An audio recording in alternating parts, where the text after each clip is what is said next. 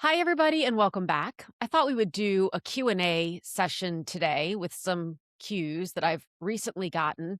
I actually got one this week. I've heard this has to do with memoir writing when you don't want to be identified as the author.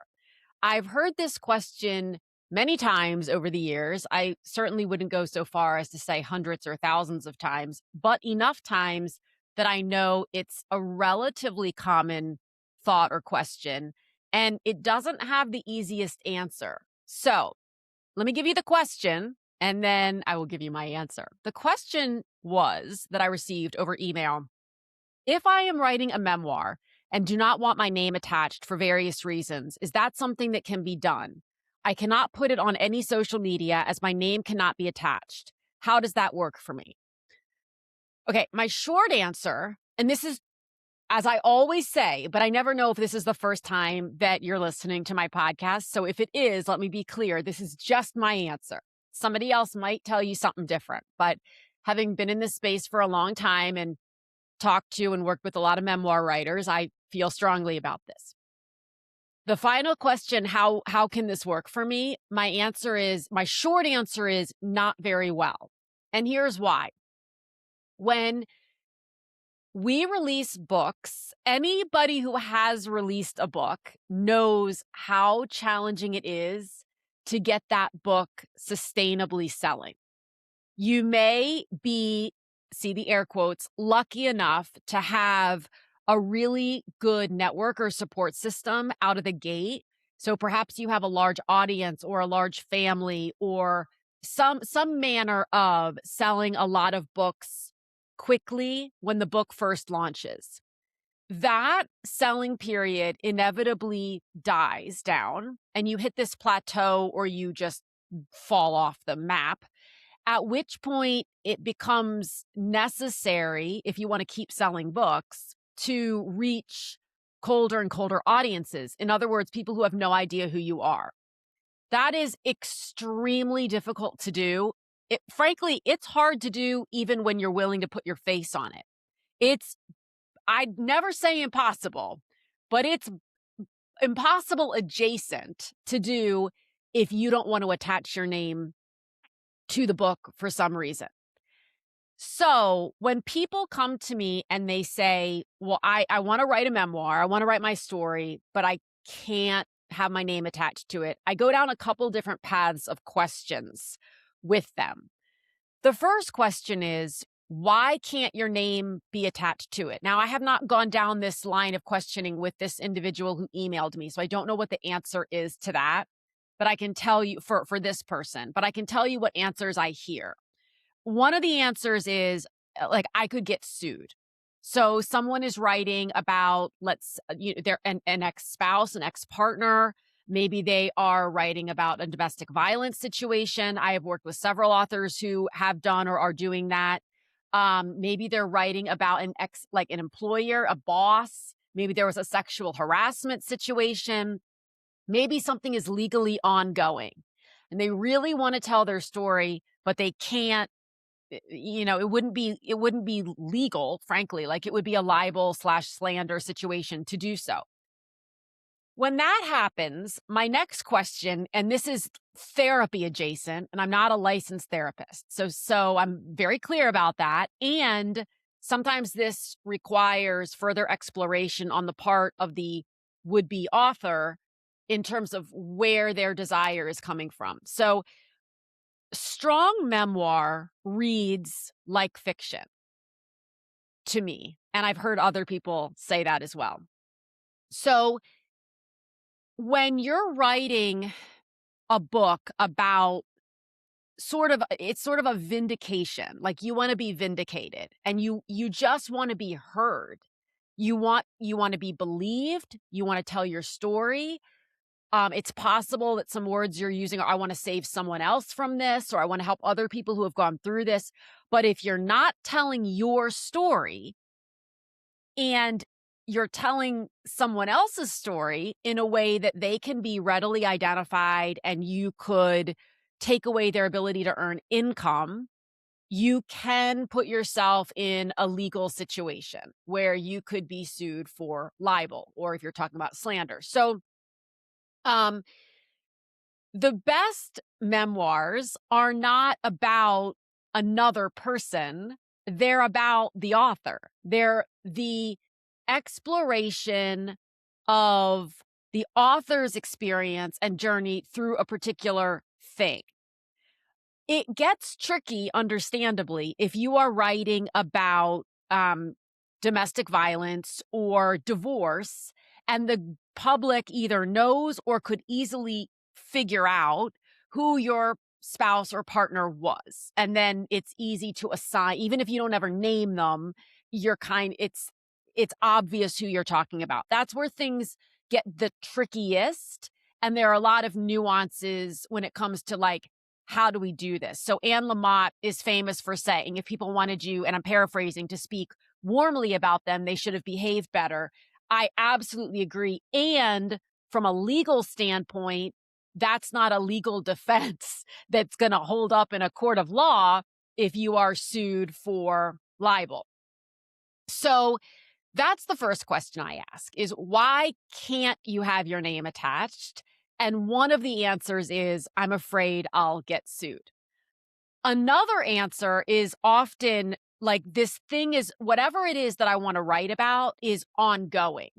And so that again touches on the legal side. Like, it's a divorce that's ongoing, it's a corporate situation that's ongoing, and you can't be attached to it. Sometimes the answer is not that you can't or shouldn't be legally attached to it. The answer is you're afraid of being attached to it, which is a very fair fear depending on why you're afraid to be attached to it. The term keyboard warriors arose and is well known by many people, because it's easy for people to sit behind their keyboard, behind an anonymous, avatar, like a profile pic, and say horrible things to other people, or comment or judge, or, you know exactly what I'm talking about, surely. Um, there's a level of comfort that comes with telling your truth, but doing so anonymously. And I am a firm believer that if you're going to tell your truth in the book form, it is extremely important to be willing to do it not anonymously. So just from a practical standpoint, when it comes to social media, if you were to create a pseudonym, and this is where the conversation usually goes next, well, can I just create a pseudonym? Yes, of course you can create a pseudonym. However, you now have adopted two personalities. So you're Jen Jones, I'm making that name up, in your real life, but then in your book life, you're, I don't know, Sarah Sloan. And so what has to happen is Sarah Sloan then needs to have a website, social media handles, and if you are to do any sort of public promotion, so if you're to be a podcast guest, or if you're going to do any sort of media, you've got to go on as Sarah Sloan. Now, this becomes a problem if your face is shown and someone else is like, oh, they'll out you in less than a second on social media. Sarah Sloan is Jen Jones. So you can see where the problem happens with that. Now, people use pen names or pseudonyms often for very logical reasons. I have two people who have actually been on this podcast. One, her pen name is Margot Riley. Her legal last name is very long. And we talked about this on the podcast. It's very long. It's hard to pronounce for people who don't pronounce it every day. And she just wanted to make it simple for people. So she used a different last name for her books, but she's she's publicly both people. She's not hiding behind anything. The other author who's been on this podcast, her author name is Elle Evans. She wrote a novel, And the reason she used a pen name is because she is, and I hope she's an anesthesiologist, if I'm not mistaken. I'm not, I know she's a surgeon. She's in the operating suite all day long. She's written medical papers under her government name, and she didn't want people to search her government name and then find a novel. Like, it's women's fiction, it's fun, it's the furthest thing. It's frankly what you want to read in the waiting room while a friend or family member is in the operating room. We're talking totally different genres here, totally different topics.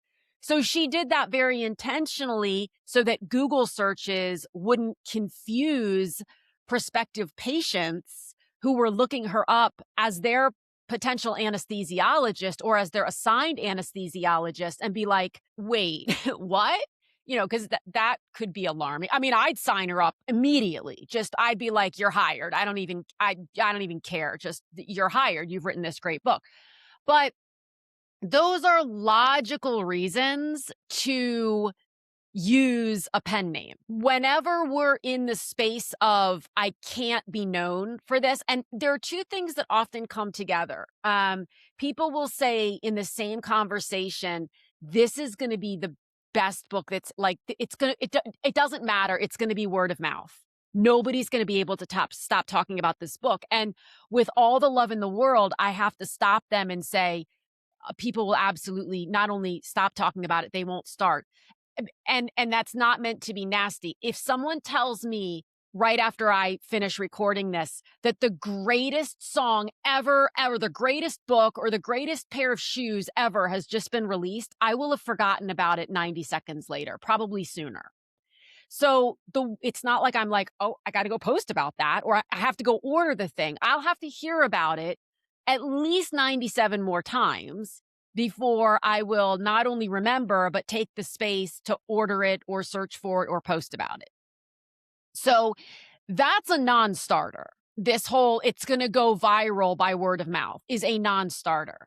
And it's often really, when I have these conversations with people about why they don't want to attach their name to a memoir, it's often quite illuminating when we can have the conversation in a non-judgmental space where it's like, I understand, like this stuff is hard. There's no doubt about it. When you're writing about difficult things, it's hard to worry about how you're going to be perceived and how are you going to get sued and is your livelihood at stake and all those sorts of things. And yet you still want to share your story. You want to be heard. And more often than not, and I'm not assigning this to the person who emailed me because, again, I have not talked to this person personally, but more often than not, that's what it comes down to, is a wanting to be seen / heard, like all in one, an all-encompassing feeling. And that's where the idea for wanting to write the memoir is coming from.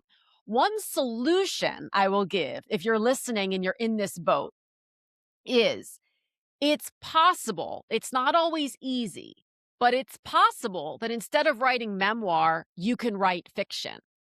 So I said earlier in this podcast, the best memoir to me reads like fiction. There's no reason why you couldn't convert it. Now, there are still some caveats that would apply. There are still things you need to think about in terms of, oh my gosh, like, is this person readily identifiable? You need to have disclaimers in the beginning. So if you're really hell-bent on telling your actual lived story, then doing it as fiction might not work. But it's a solution for many people where it's more of a cathartic outlet for them to tell their story. And they can then do it under the guise of fiction, of course, making sure that there are no readily identifiable details and they're not setting themselves up for a problem. And writing fiction, as I am now currently learning, is wildly different from writing nonfiction or even memoir, even though fiction and memoir share a lot of the same elements. It's a different beast, people. It's a different beast. So I hope that helps with that question. I can't, it's hard to go too into the weeds with it without having a one-on-one. And what I might start doing in the coming months is actually doing coaching sessions on the podcast. So having people agree to come on the podcast with their questions, knowing that it's going to be recorded and it's going to be out there so that other people can kind of hear how those more personal sessions go, and I can get a little bit more in depth with thought and strategy and what goes on, what actually goes on in the space and things like that. So if that would be helpful, let me know. And if anybody would like to participate in that, do send me an email. Okay, next question. This is the second and the last one for today. And I love this one because it's the question that's not the question. So let me explain. The question is, and this is not where people start. So people don't message me or whatever and say, okay, Elizabeth, here. Usually people say, Elizabeth, here's my question. How do you fill in the blank? Or what's the difference between this and this? Or why do I need this? It's a tactical question that makes perfect sense. When I got this question, I had to sit down for a minute because it was like that the person asked a lot of those questions and we went through it. And then they said, what if I do all of this and it doesn't matter? And I was like, so hold on. First of all, define matter, right? To you. Like when you say it doesn't matter, what does that mean? And the person said it doesn't work. And I said, okay, now at the risk of really ticking you off, define work. Like, what do you mean if it doesn't work? And the answer was, well, what if it doesn't sell? Like, what if it doesn't do well? At which point, and I think that's what so many of the questions when it comes to should I? So should I have one editor or three? Should I get beta readers? Should I upload to 3 platforms or 65? Should I? Okay, take that as far as you want to take it. That's what people, and I've been in this boat for 20 years, so right there with you, are really asking. It's not, should I do this? It's, if I don't do this, what will that mean? Like, what bad thing will happen? Will this fail because I didn't do that one thing or I didn't do that one thing correctly? And by fail, what does that mean? Also, so this is a podcast in and of itself, so it won't become one. I could have conversations for days about this. I could do with just talking to myself or with other people in the space, whether they're authors, editors, agents. We could talk forever. The idea of success in this space is we have got to stop acting like there's one defining thing that makes someone successful. There are New York Times bestselling authors living in alleys. Hopefully not literally, but I also hope you know what I mean by that. There is no crowning, you've made it, you're set, you're in the machine, you will never want for anything again. You'll always get another book deal. There is none of that in this space. It's you're only as good as your last book, and you're only as good as your current book idea. And God forbid that on release day, something crazy happens in the world and you have a horrible first week, which has happened more times in the last 4, 5, 6, 7 years than probably ever in history. So when you combine a perfectionist personality, which I am one, with the idea of doing something like when you take that personality and you put it into a space where someone doesn't know what they don't know, which is a lot, or they know they don't know a lot, but they're very uncomfortable with the fact that they don't know a lot, it is a recipe for just massive overthinking and procrastination, because what it all comes back to in the end is, but what if it doesn't work? And I personally would like to encourage as many aspiring authors as possible, and authors who've written before and are considering doing another book, which this is less of an issue once you've been through the whole machine. And I use the word machine lightly, but once you've been through the process once, you understand this better. To sit and define what success looks like for you. For some people, making an extra $7 a month is great because they don't air quote need the money and they maybe donate that $7. For some people, they live in San Francisco and they need to earn a lot of money a month. Or they're everything in between. So what's successful to one person is not successful to another person. What's a lot of money to some people is not to another. What's a lot of sales for one is not to another. I mean, there's context, and I've been talking about this for years.